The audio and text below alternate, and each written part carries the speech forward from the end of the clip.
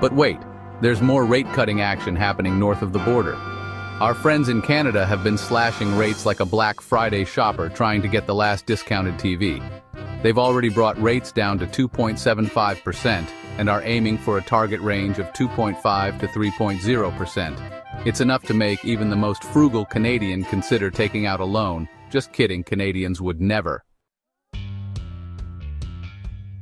And in other news, former President Trump decided to grace us with his presence this week by canceling a Biden-era restriction on AI chips. The market, always a fan of deregulation, responded with a collective cheer. It's almost like Trump knew exactly what buttons to push to get the market excited.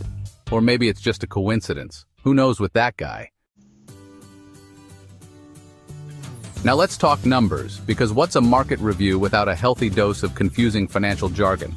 The TSX, that's the Toronto Stock Exchange for you non-Canadians, finished strong at 25,358, up 1.3% for the week. The S&P 500, on the other hand, took a bit of a dip, ending at 4,200 for a 0.5% loss. The Dow Jones followed suit, shedding 1.2% to close at 34,500. And let's not forget the tech-heavy Nasdaq, which managed to eke out a 0.8% gain to finish at 13,600. Speaking of tech, Tesla continued its electric surge, with its stock price climbing higher than a SpaceX rocket.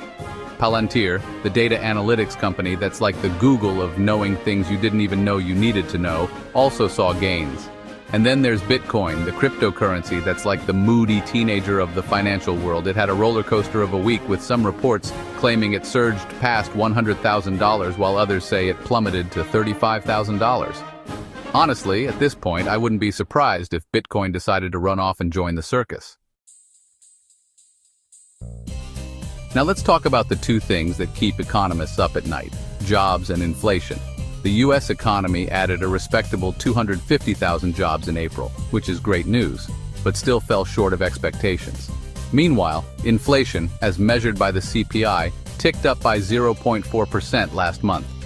It seems like we're stuck in this weird economic limbo where things are good but not great, and nobody knows what's going to happen next.